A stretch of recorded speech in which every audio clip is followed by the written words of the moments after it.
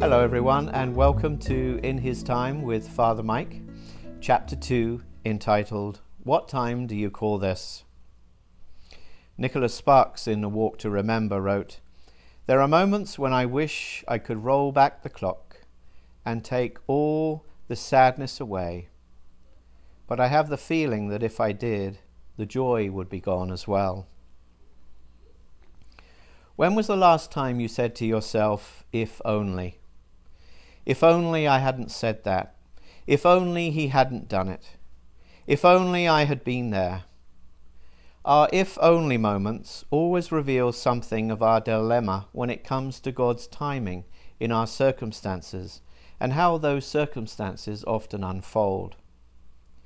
Dilemma means an undesirable or unpleasant choice between apparent alternatives. Do I blame God, or should I just bury the hurt or the disappointment? We are not alone in facing this. What makes it so difficult to cope with is that the dilemma is most keenly felt at the most painful and confusing of times.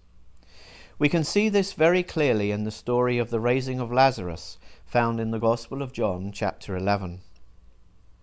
This timing issue is precisely what Martha and Mary, Lazarus' sisters, had to contend with when their brother was deathly ill. The Apostle John tells us, "Now Jesus loved Martha and her sister and Lazarus." The sisters sent word to Jesus, saying, "Lord, he whom you love is ill." Now comes the verse that reveals the dilemma. "So when he heard that Lazarus was ill, he stayed 2 days longer in the place where he was." Verse 6 of John chapter 11. Jesus got the 911 call, but he didn't come right away.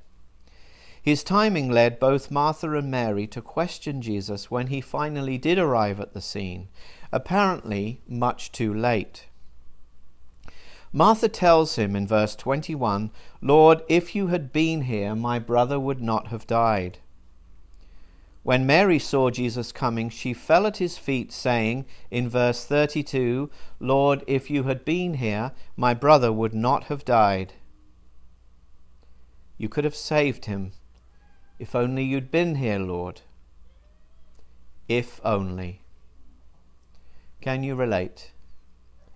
It's a sickening sense of wanting to turn the clock back that washes over us at such a time. It would seem that throughout his ministry, Jesus was working by a different clock than those around him. Is God's timing more important than our sense of time? Is it safe to go by his clock? Can we trust his methods? Interestingly, Jesus didn't explain his delay to Martha and Mary, but he did invite them to do the unexpected. Instead of their wanting to turn the clock back, he invites them to have a look to the future, to bring some of that future into their lives in the here and now. He invited them, as it were, to rewind the future. Jesus tells Martha, "Your brother will rise again." Martha agrees. "I know that he will rise again in the resurrection on the last day." But Jesus has something more in mind. "I am the resurrection and the life," he tells her. "Whoever believes in me, though he die, yet shall he live. And everyone who lives and believes in me shall never die. Do you believe this?" Martha responds, "Yes, Lord. I believe that you are the Christ, the Son of God, who is coming into the world." But Martha doesn't get it.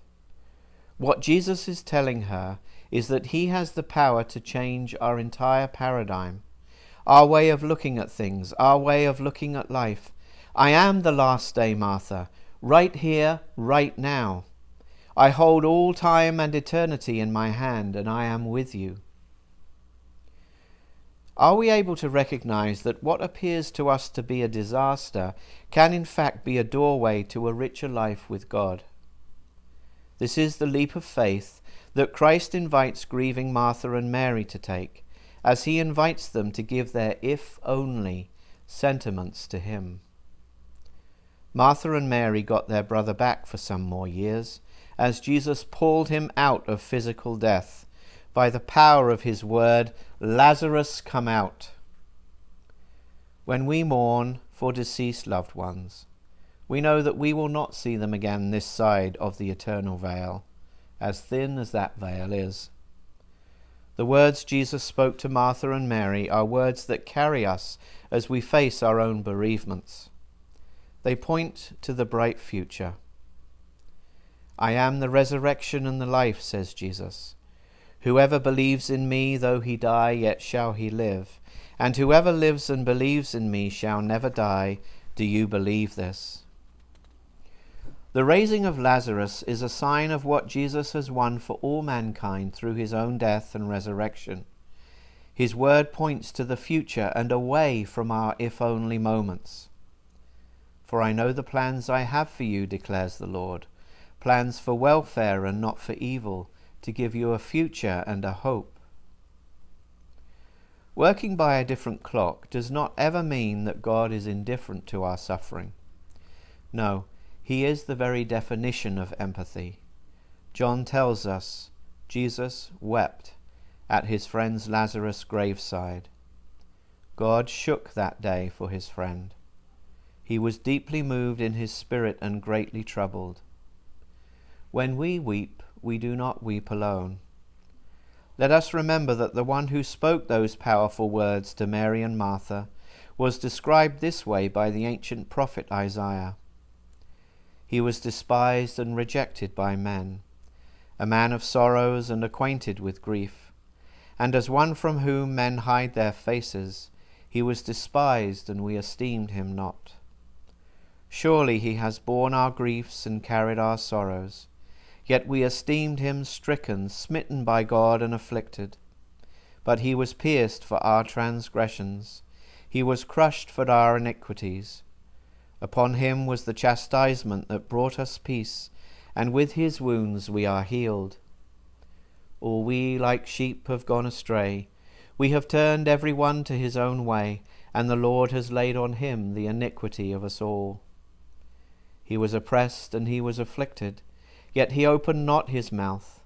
Like a lamb that is led to the slaughter, and like a sheep that before its shearers is silent, so he opened not his mouth. By oppression and judgment he was taken away. And as for his generation, who considered that he was cut off out of the land of the living, stricken for the transgression of my people.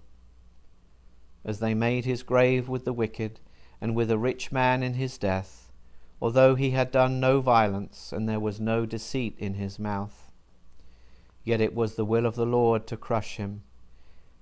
Yea, he has put him to grief. When his soul makes an offering for guilt, he shall see his offspring, he shall prolong his days. The will of the Lord shall prosper in his hand.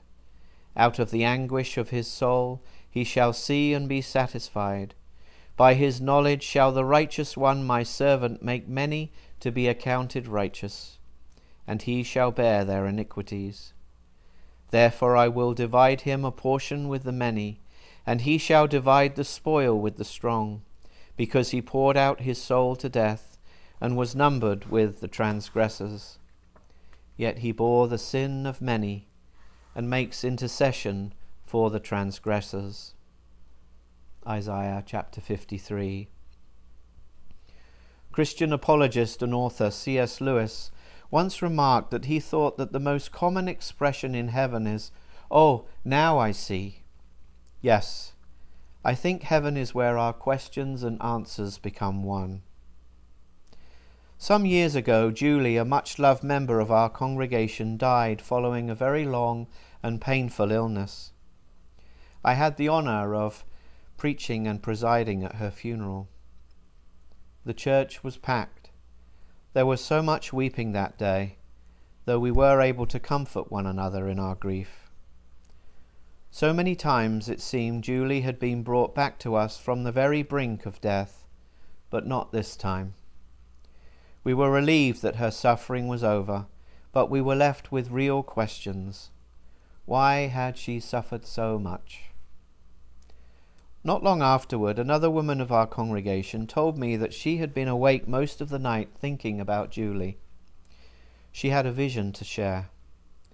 In her vision, Julie was standing before Jesus as he handed her a large, impressive cluster of keys. The woman's interpretation was that one by one, Julie would be unlocking the meaning of her sufferings, with all eternity to explore and understand. When you have an if only lingering in your heart, may I encourage you to do what grieving Martha did. Run to Jesus and see what he does with it. Lazarus' illness was not to end in death, and Jesus knew it. As strange as it may seem to us, Jesus stayed where he was for another 2 days because he loved Lazarus and his sisters. He didn't help right then and there because he loved them. He allowed the sorrow because he loved them, and because he had something much greater in mind, the glory of God. Put simply, there was more glory in God in raising a man dead 4 days than in healing a sick one. A different clock indeed. God doesn't always answer our prayers as we expect. Surely we know that. He doesn't always answer our prayers according to our clock. Sometimes by our standards he is late. We wonder if he is coming at all, but for the glory of God he is always right on time. Precisely on time. This theme of the glory of God is one we will come back to, but for now let's note that God's timing is all about his glory, and the perfect kairos in any of our situations and life experiences. That's how God tells time. That's what is on his clock, his glory. As the Anglican liturgy for the Easter Vigil declares, Christ yesterday and today, the beginning and the end, Alpha and Omega, all time belongs to him and all ages. To him be glory and power through every age and forever. Amen.